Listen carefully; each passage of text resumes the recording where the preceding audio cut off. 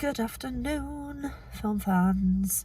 Yeah, it's cold in my car, funnily enough. Just point that out. I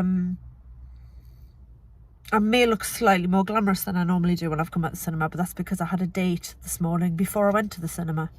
Yeah, it was alright. Didn't fancy him. Never mind. We go again. We go again to the cinema to see Belfast. So this is the new film from Kenneth Branagh, Chuckles Branagh, as they call him on the Entertainment podcast. This is written and directed by Sir Kenneth, and it is a semi-autobiographical story about growing up in Belfast in the 1960s. So the story revolves around and is seen through the eyes of a little boy called Buddy. Actually, I don't think they tell you how old he is. 7 or 8 maybe? Under 10? Hard to say. But the whole thing is seen through Buddy's eyes. And it's 1969 and it's Belfast, and the troubles are really starting to ramp up round where Buddy lives. And it's two things. It is a film about the impact that had in Belfast, but more than that, it's just a film about a little boy's life and the people in it and how he sees the world and the things that concern him and the things that don't concern him and the things that definitely shouldn't concern him.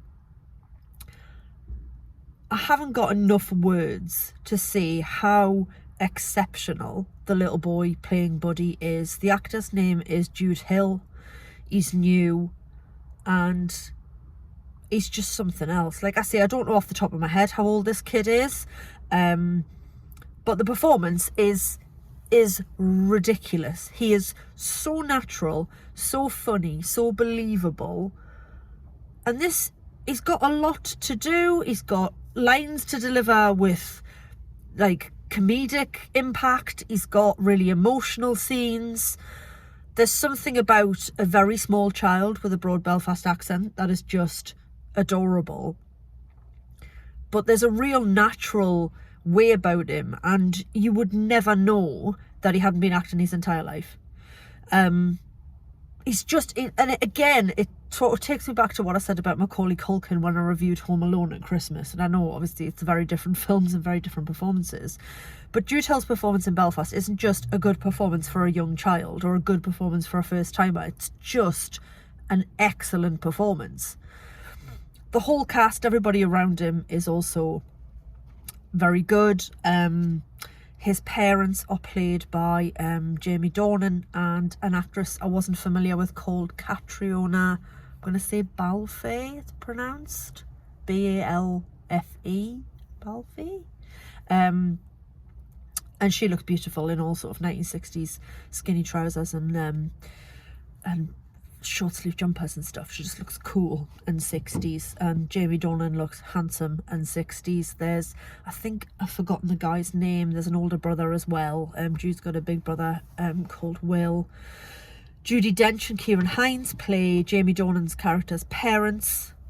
So he's Granny, Buddy's Granny, and he's Pops.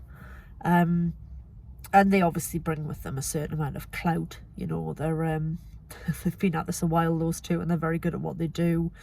So on the one hand, like I say, it's this real sort of ordinary life of a small boy in 1969. So he's concerned with football and Thunderbirds, and he's in love with a girl in his class. The girl in his class is played, I think her name was Catherine, is played by Olive Tennant, who is the daughter of David and Georgia Tennant. She was very good as well, very adorable. But everybody's good. It's just, it's a cracking film. It is black and white. I realise that will put a lot of people off. It shouldn't, but I don't know, people are weird, aren't they? There are moments of colour in the film which are used to great effect. Like, I'm not the biggest Kenneth Branagh fan, but what he's done here is make something really, really special. So it highlights the troubles. It highlights the impact that it had on ordinary people who were just trying to live their lives. It gives you a real snapshot into what life was like for a small boy in 1960s Belfast. And, you know, that's not an experience I've had personally. I've never been a small boy, nor have I ever lived in 1960s Belfast, or indeed 1960s anywhere. So yeah, it does give you that little window into what that world was like. And it's just those moments of violence that make it so terrifying. So it's all very ordinary until things are suddenly being blown up, and then it becomes extraordinary and scary. And that must have been how it was like for ordinary folk living there, you know, who didn't have strong affiliations either way. They just wanted to live their lives and know their neighbours and say good morning and pay the bills and send their kids to school and kick a football about. And, you know, the beliefs of certain people meant that that wasn't possible. It's very funny in places. Like I say, the Little Inn, Jude Hill's got some